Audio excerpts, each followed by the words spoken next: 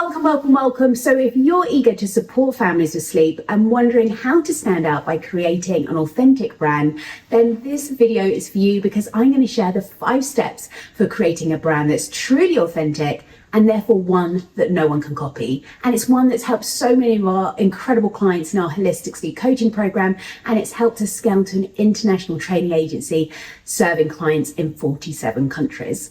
So everything that we're sharing is tried and tested and is going to give you so much clarity. So you definitely want to stay until the end. But before we dive into all the good stuff, if this is a topic that you're passionate about, then do hit that like and subscribe button. And that way you're going to be notified every single week when we release videos. And if you're serious about supporting families with sleep in a gentle and responsive way, then you can also click the link below this video to book a call with one of our team and find out if we're a great fit to work together inside of our holistic sleep coaching program. All right, so let's get to it. Now, why is building an authentic brand more important than ever? Well, 2 reasons. Firstly, in this digital age, there's an overwhelming amount of freely available information. For instance, there are 64,440 images uploaded to Instagram every single minute, which means the online space is pretty noisy. And secondly, with so many people online, there's a massive copycat culture.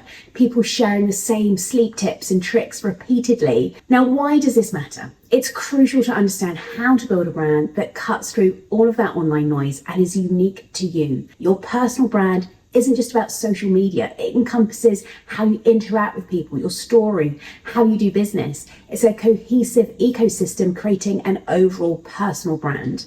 And to build a strong personal brand online, you need to get really clear on who your target audience are and create relevant content based on your ideal client's interests, desires, and challenges. So let's dive into all of that in this video. Okay, so now to bust some myths about building a personal brand online. So let's explore 3 key points. Firstly, the notion that going viral automatically constructs a solid brand is a myth. And while a viral video may attract a surge of new visitors, unless your content aligns with your brand and it's relevant, it's just not going to contribute substantially to building a lasting business. So the focus should be on attracting the right audience and establishing trust through meaningful connections. Secondly, quality is more important than quantity. And in the realm of online personal branding, the emphasis is on producing high quality content that is more impactful than sheer quantity. So it's not about flooding the digital space, but it's about delivering content that resonates and engages your audience authentically. And now let's bust another widely believed myth. To grow your brand, you're at the mercy of the social media platform's algorithm. Not true. What you need to be very clear on is who you're targeting and what you want to be known for. All right, so now we've busted key myths. Let's dive into what you do need to do to stand out online and truly create an uncopyable brand. Okay, number 1, figure out your story. So to stand out, your secret weapon and differentiating selling point is you. People can steal your content, but they can't steal the essence of who you are. And the key is to get brave and see the value in being authentically you. And I love this quote by Malcolm Forbes when he says, "Too many people overvalue what they are not and undervalue what they are." So tap into your story, your life experiences, because they are unique to you and people cannot copy that. And this is what makes you stand out in a crowded online space. So let me share a quick story about one of our holistic sleep coaching graduates, Isadora. And she's really passionate about co-sleeping and bed sharing and doing that safely. And it's something that she has done with all of her children. And Isadora has documented this on her Instagram account. And what's happened is that she has attracted clients internationally who are interested in co-sleeping. And it's her journey. It's unique to her. She isn't trying to be anyone else. So your audience is a mirror for your experiences, your values, and what you've been through. Your niche is you, and it's most powerful when it comes from the transformation your ideal client, who's a mirror for you, is desiring.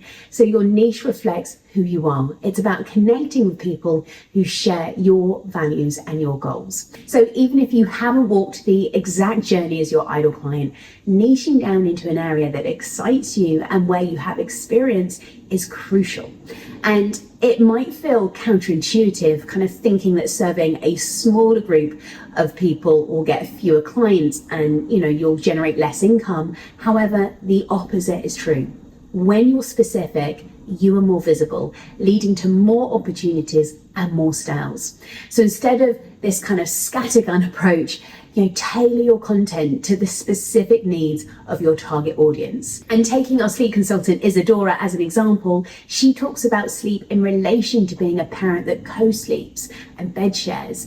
And the platform algorithm knows where to categorize her, making her ideal client feel that she is speaking directly to them. And I know this might feel limiting, but in a sophisticated market, the data shows that the old way of thinking is targeting a broad category like, parents or just sleep.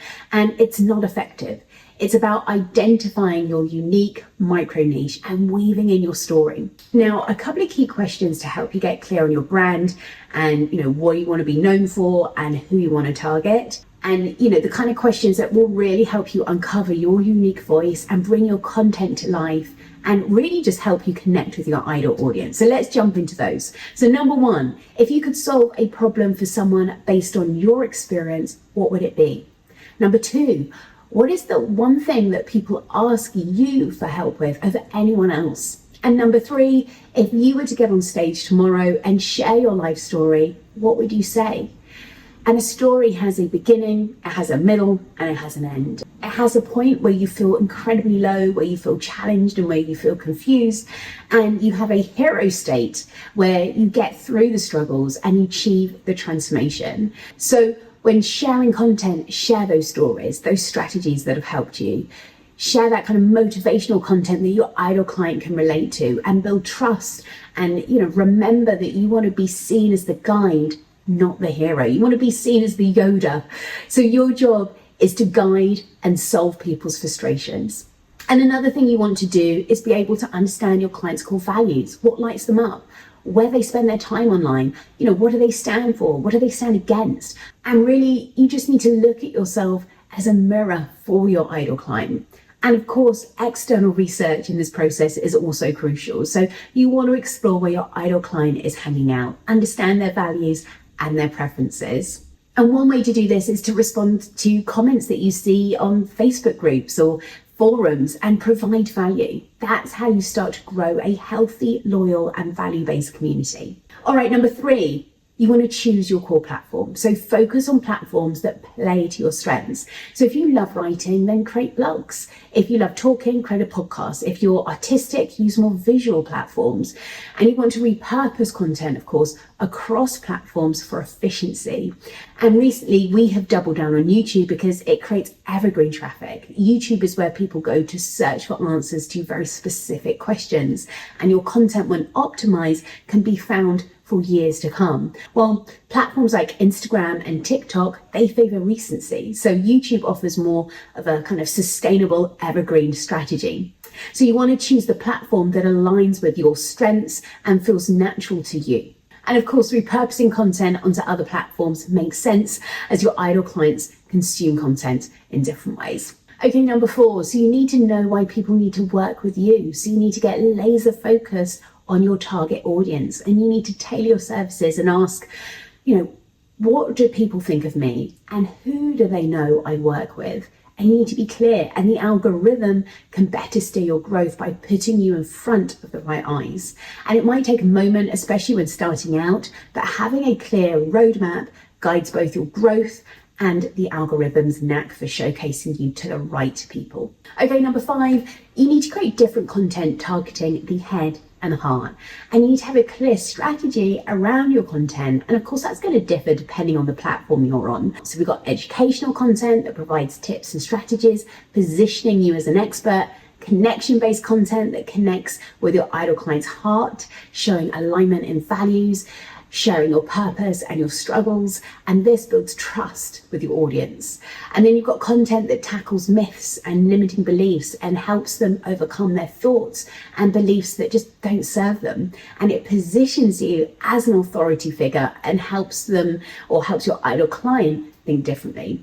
And a mixture of all that type of content is going to create a cadence that allows you to build a relationship with your audience and not seem one-dimensional. And it also helps to create steady and consistent growth. And actually just focusing on only one type of content creates stagnation. For example, only creating educational content will attract an audience interested in learning from you, but it won't necessarily help people care about your brand. So your content strategy needs to come back to you sharing your story, your experiences and lessons, the lessons that you've learned to create an impact on others. So you need to get clear on the impact that you want to have and who you want to reach with your content.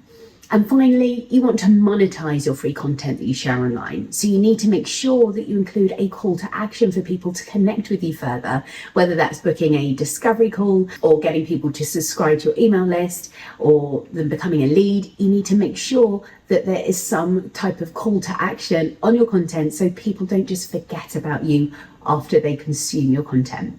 And remember that your brand is the mark that you are leaving on the world. It's bigger than you. So you really do want to take some time to really dig into what that impact looks like for you and how you want to make a difference, because that is so important. All right, so hopefully this video has resonated with you. I can't wait to hear your light bulb moments and how you're going to put this into action. So let me know in the comments below. And the mission behind this channel is to help individuals who are passionate about responsive, attachment focused sleep solutions. And a key part of that is helping you get your voice out there so you can find those clients who need someone just like you. So one small thing that you can do to help us reach more people is to hit that like and subscribe button. So thank you once again for being here, and I will speak to you very soon.